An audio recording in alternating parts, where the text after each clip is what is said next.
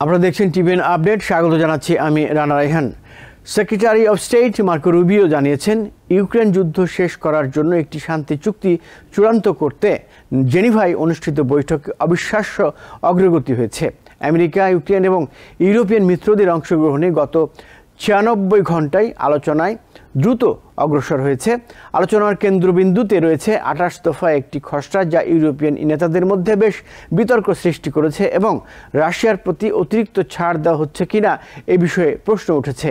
Rubio এই বৈঠককে বহুদিন ধরে চলমান কূটনৈতিক পরিকল্পনার অংশ হিসেবে উপস্থাপন করলেও বাস্তবে স্বীকার করা হচ্ছে গত কিছু দিনের ভেতরেই আলোচনা উল্লেখযোগ্য গতিতে এগিয়েছে।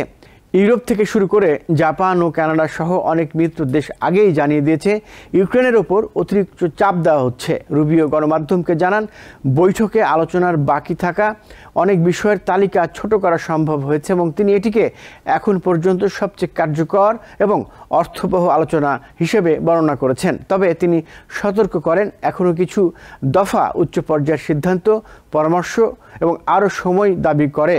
চূড়ান্ত চুক্তি হবে সব দেশের অর্থাৎ সংশ্লিষ্ট দেশের প্রেসিডেন্টদের অনুমোদনের পরই।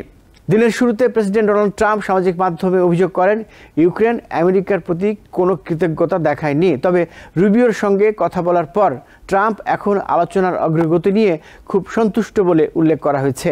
ট্রাম্প বহুবার দাবি করেছেন, ইউক্রেন আমেরিকার সমর্থনের যথেষ্ট প্রকাশ্য স্বীকৃতি দেয়নি, কিন্তু সাম্প্রতিক হোয়াইট হাউস বৈঠকের পর থেকে প্রেসিডেন্ট ভলোদিমির জেলেনস্কি প্রকাশ্যে এবং ব্যক্তিগতভাবে একাধিকবার কৃতজ্ঞতা প্রকাশ করেছেন।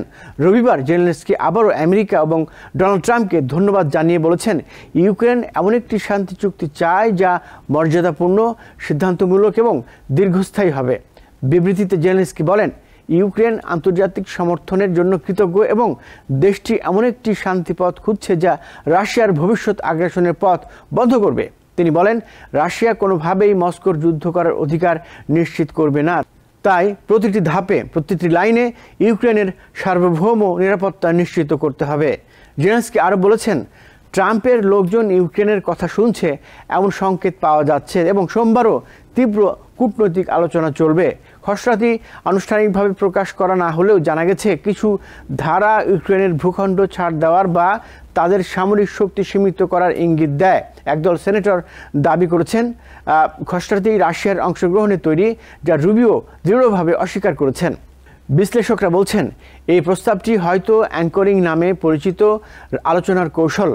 প্রথমে অত্যন্ত কড়াকড়ি প্রস্তাব দিয়ে প্রতিপক্ষকে কৌশলগতভাবে নড়বড়ে করা হয়, তারপর ধীরে ধীরে ছাড় দিয়ে আলোচনাকে নিজের কাঙ্ক্ষিত দিকে নিয়ে যাওয়া হয়।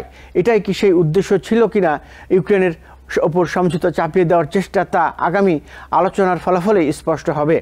জেনিভায় সোমবারও আলোচনা চলবে। উভয় পক্ষ পরামর্শ, সংশোধনী এবং মতামত মিলিয়ে চূড়ান্ত ভাষায় কাজ চালিয়ে যাবেন। ইউরোপিয়ান প্রতিনিধিরাও প্রক্রিয়ায় রয়েছেন, যদিও রবিবারের সেশনে তাদের ভূমিকা স্পষ্টভাবে বোঝা যায়নি। দিনের শেষে আমেরিকা এবং ইউক্রেনের কর্মকর্তারা আশা প্রকাশ করেছেন, আলোচনায় দৃশ্যমান অগ্রগতি হয়েছে।